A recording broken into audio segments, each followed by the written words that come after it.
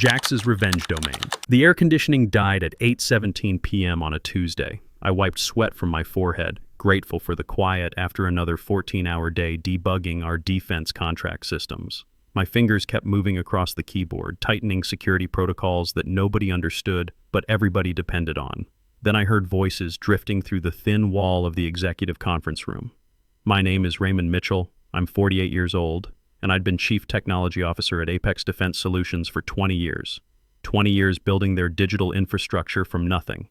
20 years of military discipline applied to corporate systems. What I heard next would change everything. "He's getting too expensive," came the voice of Bryce Hamilton, our 35-year-old CEO who'd never worn a uniform in his life. Third time, this quarter, Raymond's flagged those pension fund transfers. Kids getting too close to the actual numbers. I froze. My fingers hovered above the keyboard. They were talking about me. "Ray built this entire system," replied Marcus Wade, our CFO.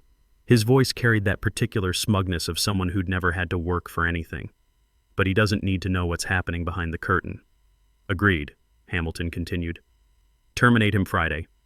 Effective immediately." My stomach dropped. 20 years. 20 years of nights and weekends, of building something from scratch while these guys played golf and bought vacation homes with money that wasn't theirs. Can you imagine his face? That was Gerald Stone, HR director. That military Boy Scout expression when we tell him he's done. Remember how he looked when we rejected his request for veteran hiring initiatives? Their laughter slithered through the wall. Blood rushed to my face. He actually thought his Navy experience would count for something here, Hamilton added between chuckles. As if 20 years of building our defense systems warrants anything more than a standard tech salary. "These military guys are all the same," Wade said. "Duty, honor, country. Great for following orders, terrible for understanding business." More laughter. "Make sure Cameron's ready to lock him out instantly," Hamilton continued. "I want his credentials revoked the second he's out that door. Ray's too smart to leave with any system access."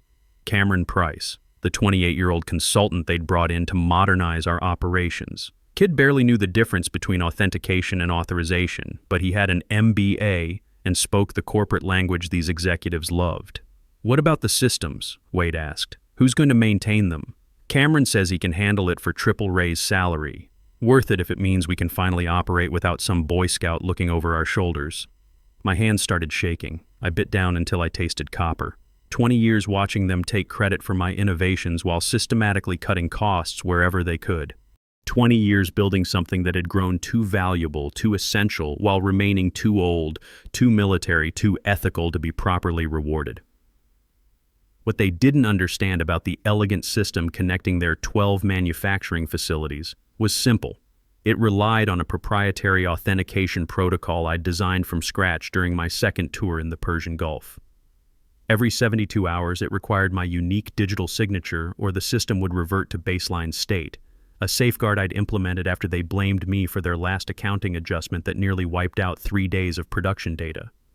A protective measure they'd mocked as paranoid and excessive. A measure that had saved their entire operation 3 times already, including during that ransomware attack 2 years ago, that would have shut down every facility if not for my compartmentalized security architecture. I closed my laptop quietly, gathering my things as their conversation shifted to weekend plans and stock options. These men had no idea what they'd just done. No idea at all. Growing up as a Navy brat, moving from base to base, I'd learned early that systems were only as strong as the people who built them. My father, a career submarine engineer, taught me that redundancy wasn't just good practice. It was survival. When I enlisted at 18, those lessons served me well in the cramped electronic warfare compartments of destroyers and cruisers. 8 years of active duty, from sonar technician to cybersecurity specialist, watching how real leaders operated under pressure. Officers who earned respect through competence, not corporate politics. Men and women who understood that mission success depended on taking care of your people, not exploiting them. When I transitioned to civilian life at 28, Apex was struggling. A small defense contractor barely keeping government contracts, hemorrhaging money through inefficient systems cobbled together by the lowest bidders. I saw potential where others saw problems. More importantly, I saw an opportunity to apply military precision to civilian operations. The early years were good. The founder, Colonel James Patterson, was a straight-talking Marine who valued results over presentations. Under his leadership, I rebuilt their entire digital infrastructure from the ground up. We landed bigger contracts, revenue grew steadily, employees felt pride in their work. Then Patterson retired and sold to a private equity group. That's when Bryce Hamilton arrived. Fresh MBA, family money, and absolutely no understanding of what actually made the company valuable. Within 6 months, he'd replaced half the senior management with consultants and cost-cutters who saw employees as line items rather than assets. The culture changed overnight. Military veterans who'd built the company's reputation found themselves pushed aside by young executives who confused activity with achievement. Quarterly profits became more important than contract quality. Employee benefits got cut while executive bonuses increased. But the system still needed someone who understood them, someone who could keep the lights on while the new leadership figured out how to extract maximum value before moving on to their next acquisition. Wednesday morning brought unusual attention. Vincent Gray, our operations manager, hovered near my workstation as I reviewed system logs. Vincent was one of the few decent managers left from the Patterson era, a former Army logistics officer who actually understood how things worked. "Making progress on that security update?" he asked, eyes scanning my screen with genuine concern rather than suspicion. "Board wants a status report on your server architecture." "Almost complete," I lied, fingers steady despite my racing heart. Vincent didn't deserve to get caught in the crossfire, but I couldn't risk telling him what I'd overheard. His gaze lingered on my monitor. "We should discuss knowledge transfer soon. You're too integral to operations to have everything locked in your head." "Happy to document whatever you need," I said with a practiced smile. That evening, I returned to an empty building. The security guard, Martinez, nodded as I badged in. Another veteran, Army military police who'd been working nights here for 8 years. Good man who deserved better than watching his employer steal from people like him. I didn't sabotage anything. That would be too obvious, too traceable, and frankly, beneath the standards I'd learned in the Navy. Instead, I created something elegant, a transparent bridge that would activate once my authentication signature went inactive for exactly 71 hours. Not destruction, but revelation.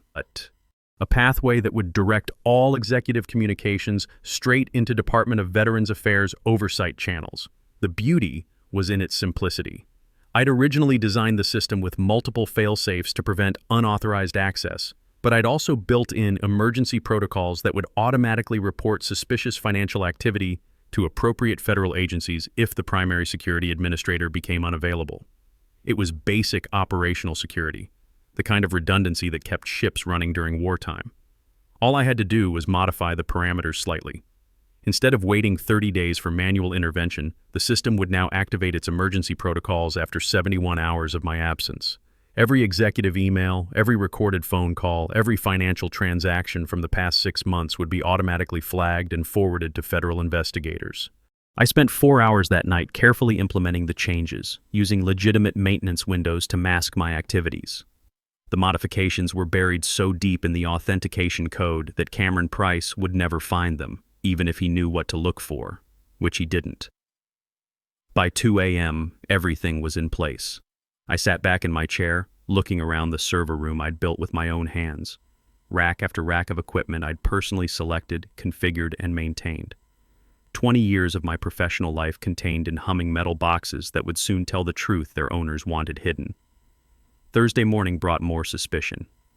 During lunch, Cameron Price appeared beside my desk with that particular swagger of consultants who'd never actually built anything themselves. "Working late again, old-timer?" he observed, pulling up a chair without being invited. His expensive suit and fresh haircut screamed private school and family connections. "Everything's running smooth," I answered, watching him study my screen for reactions. "Interesting. Access patterns seem different. Data routing has shifted since Monday." He leaned closer, trying to read my code. "Security logs show unusual administrator activity during overnight hours." My pulse quickened. Had he noticed something, or was this just phishing? "Performance optimization," I explained calmly. "Reducing latency between facilities. Standard maintenance procedures." I gestured at my documentation folder. Technical enough to sound legitimate, vague enough to mean nothing to someone who'd learned network security from textbooks instead of submarine warfare exercises. He nodded slowly, but his eyes remained suspicious. Just make sure any changes go through proper approval channels. Mr. Hamilton wants complete visibility into all system modifications. Roger that, I said, using military terminology deliberately. Let him think I was just another old soldier who didn't understand modern business practices. That afternoon, 3 unfamiliar IT specialists arrived from Hamilton's consulting firm. They set up temporary workstations and began what they called a comprehensive security audit. I watched them poke around the network perimeter, running scans and vulnerability assessments that would never penetrate the real architecture. I verified my countdown sequence was undetectable, buried beneath legitimate maintenance protocols and disguised as routine security updates. These consultants were looking for obvious threats: malware, unauthorized access, data theft. They weren't sophisticated enough to recognize a system designed to expose its own operators.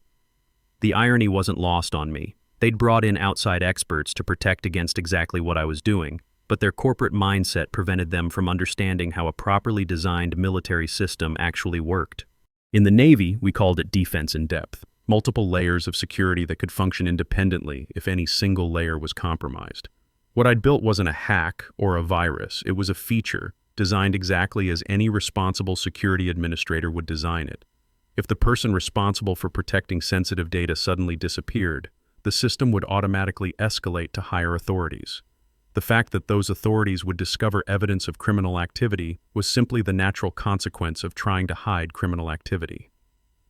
Friday morning arrived with Hamilton himself stopping by my workspace. I'd been expecting this visit, the final performance before the blade fell. "Heard you've been putting in extra hours," he said, leaning against my desk with forced casualness. Up close, he looked younger than his 35 years. Soft in the way that people who'd never faced real consequences often appeared. "Dedication like yours deserves recognition." "Just doing my job," I replied, meeting his artificial smile with my own. Military bearing had taught me how to maintain composure under pressure, a skill that served me well in corporate boardrooms. That's what I like to hear. Teamwork. Commitment. He glanced around the server room. Amazing what technology can accomplish these days. All this power, all this information, controlled by just a few key people. The threat was subtle but clear. He wanted me to know that he understood my importance while simultaneously reminding me of my vulnerability. Standard intimidation tactics that might work on civilian employees but meant nothing to someone who'd faced down hostile boarding parties in international waters. At 4:15, I watched the executive team assemble in the conference room through the glass walls. At 4:28, I quietly activated an irreversible timer sequence. At 4:30, I entered the boardroom. Gerald Stone began the termination with practiced solemnity. He'd done this before, probably many times since Hamilton took over. Due to organizational restructuring, we must make immediate staffing reductions. I remained silent, denying them the satisfaction of my distress. In the Navy, we learned that emotional reactions under pressure were luxury you couldn't afford when lives depended on your decisions. "Your system credentials," Vincent demanded, sliding a form across the table. I could see the conflict in his eyes. He knew this was wrong, but he had his own family to think about. "We need everything. Now." I surrendered my primary passwords, filling out the forms with deliberate care, but I conveniently forgot to mention the authentication signature that maintained their precious system partitioning. That particular security protocol wasn't documented anywhere they could access it. "Any questions?" Hamilton asked, visibly unsettled by my composure. He'd probably expected anger, maybe begging. Instead, he got the same calm professionalism I'd shown during missile drills in the Persian Gulf. "Just one," I replied. "When did you realize I was the only person who truly understood how your systems worked?" Their smug expressions faltered slightly. Cameron Price shifted uncomfortably in his chair. Security walked me out as I counted hours in my head. Not 24, not 48, but exactly 71 hours until my absence triggered the protocol I'd built. I handed over my badge to Martinez at the front desk. He looked genuinely sorry to see me go. "Take care, Chief," he said, using the Navy rank I'd held during my final tour. "This place won't be the same without you." Saturday passed peacefully as I worked on my Harley-Davidson in the garage, letting the familiar routine wash away corporate toxicity.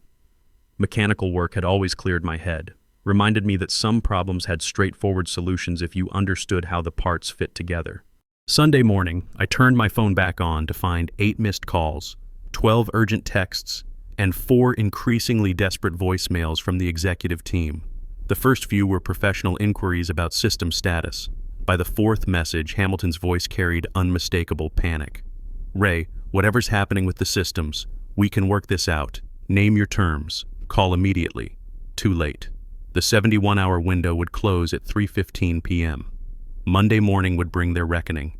I hadn't leaked data. I hadn't planted false information. I'd simply removed the artificial barriers I'd built, allowing their own communications, their own schemes, their own manipulations to flow directly into federal oversight systems where they belonged. During my years developing the system, I'd discovered the pension fund irregularities gradually. Small discrepancies at first, amounts that could be explained as processing delays or accounting adjustments. But patterns emerged for anyone who knew how to read transaction logs. Large sums would appear in temporary holding accounts, sit there just long enough to generate interest, then disappear into a maze of shell companies before returning to the main pension fund minus a percentage that never quite balanced the books. It was sophisticated enough to fool external auditors, but obvious to anyone with administrator access and military training in financial security protocols. The first time I flagged it, Wade explained it as standard cash flow management.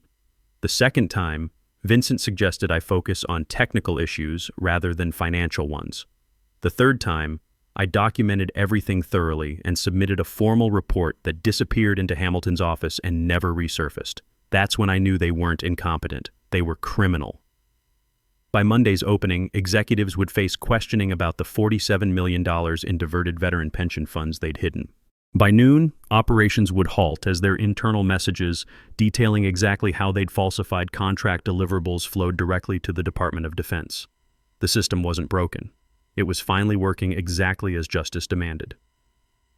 At 2:30 p.m. Sunday, Wade appeared at my front door, something I never thought possible. "How did you find my address?" I asked, not inviting him in. "Please," he said, desperation replacing his usual arrogance. "The systems are behaving strangely. Authentication failures, weird routing patterns. Cameron can't figure it out." I leaned against the doorframe, studying this man who'd spent years dismissing my contributions while pocketing bonuses earned through my work. "That's unfortunate. We'll double your salary, triple it. Just come in and fix whatever's happening. You fired me, remember? Security escort and everything." "A misunderstanding," he insisted, sweat beading on his forehead despite the cool evening air. Hamilton spoke hastily. "We need you." For a moment, I almost felt sorry for him. Almost. Wade had made his choices over years of systematic exploitation. Now he was facing the consequences. "It's too late," I said simply. His face darkened. "What did you do to our systems?" "Nothing they weren't designed to do." Wade's expression shifted from desperate to threatening.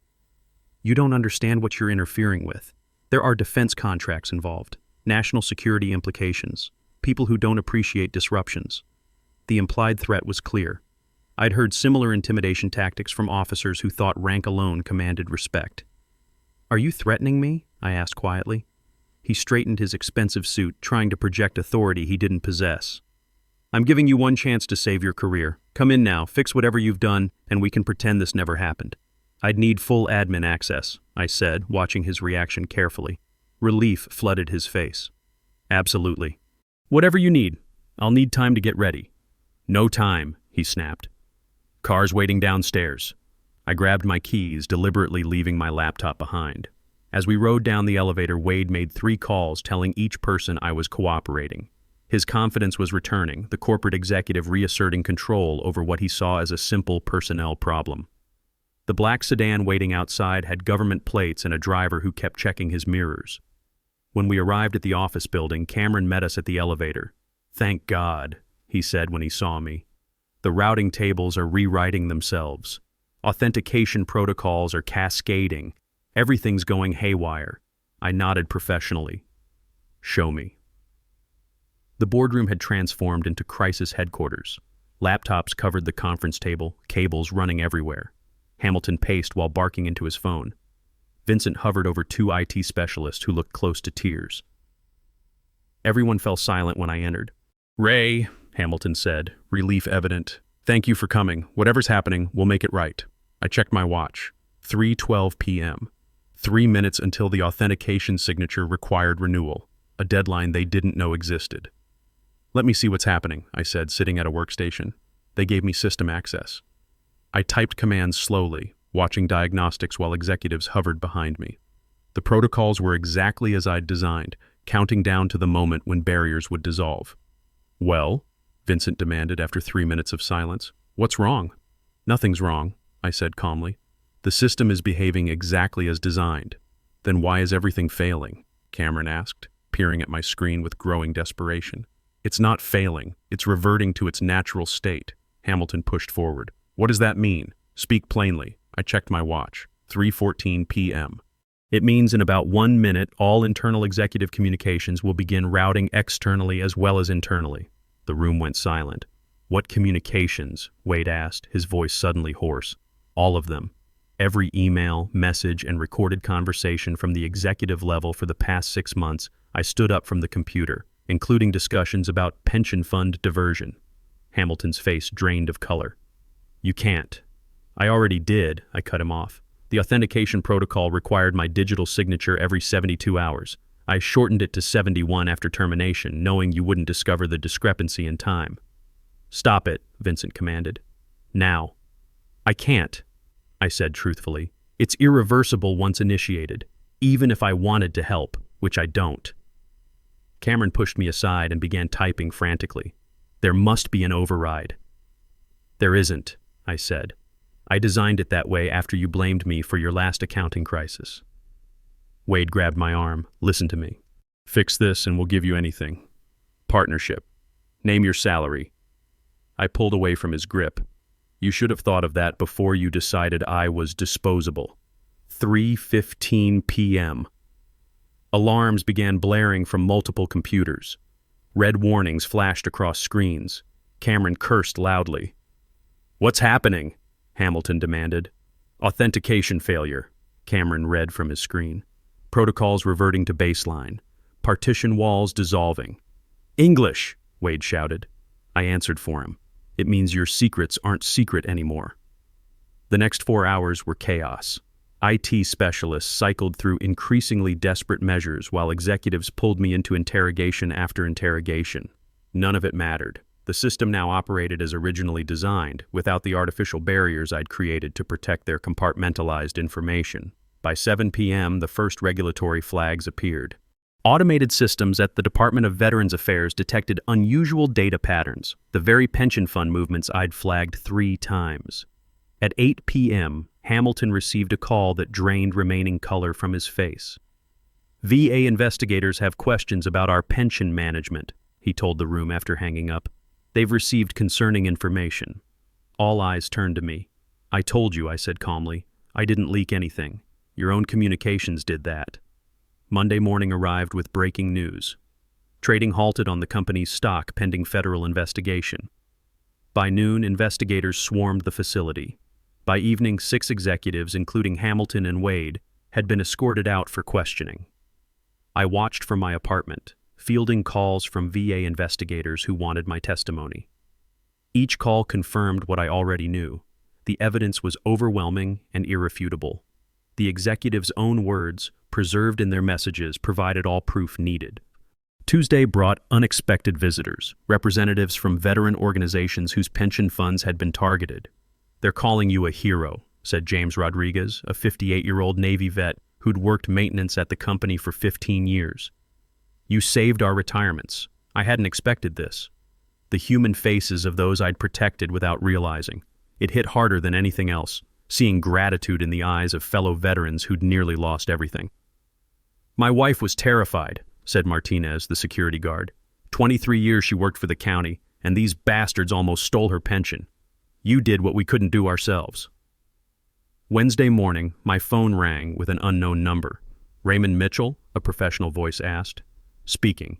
Director Helen Parker, VA Financial Crimes Division. We need to discuss your former employer." The government car arrived precisely on time. Director Parker was a sharp-eyed woman in her 50s who'd clearly seen her share of corporate corruption. "Mr. Mitchell," she said once we were seated, "you've uncovered one of the largest veteran pension fraud schemes we've seen. We need to understand exactly how you did it. For 3 hours, I walked them through the system architecture, authentication protocols, and how partitioning had been designed. I explained each safeguard and how, when removed, executive communications naturally flowed into oversight channels. "So you didn't technically leak anything?" she clarified. "You simply removed barriers that were hiding information." "Correct." The system reverted to its natural state. She studied me. Ingenious, which raises questions about potential employment opportunities. "Ma'am, the VA needs people who understand these systems from inside, people who can recognize patterns others miss." She leaned forward. "People with your particular combination of technical skills and moral compass." 3 weeks later, I stood in a federal courtroom watching Hamilton and the remaining executives enter guilty pleas. Their expensive suits had been replaced with subdued attire, their arrogance with defeated expressions. When Hamilton glanced up and saw me watching, something flashed in his eyes, recognition that his downfall had come not from some elaborate sting operation, but from a veteran he'd underestimated. A man he'd dismissed as outdated while planning to steal from thousands of fellow servicemen. The judge's sentencing was severe. 12 years for Hamilton, slightly less for others, complete financial restitution, and forfeiture of personal assets. "This court views these crimes with particular gravity," the judge stated. "The defendants betrayed sacred trust, stealing from those who served our nation." As Hamilton was led away in handcuffs, he stopped beside me. "You've destroyed everything," he said quietly. I met his gaze steadily. "No, you did that yourself. I just removed the barriers that hid it." 6 months later, I found myself back at Apex Defense Solutions, now under new management with VA oversight. Vincent Gray had been promoted to CEO after investigators confirmed he'd been unaware of the fraud. The first decision he made was offering me my old position back with full authority over security protocols. But I had a better offer. Director Parker's job opportunity had evolved into something more meaningful, heading a new task force specifically designed to protect veteran benefits from corporate exploitation. My first assignment involved reviewing pension fund security at 47 defense contractors nationwide.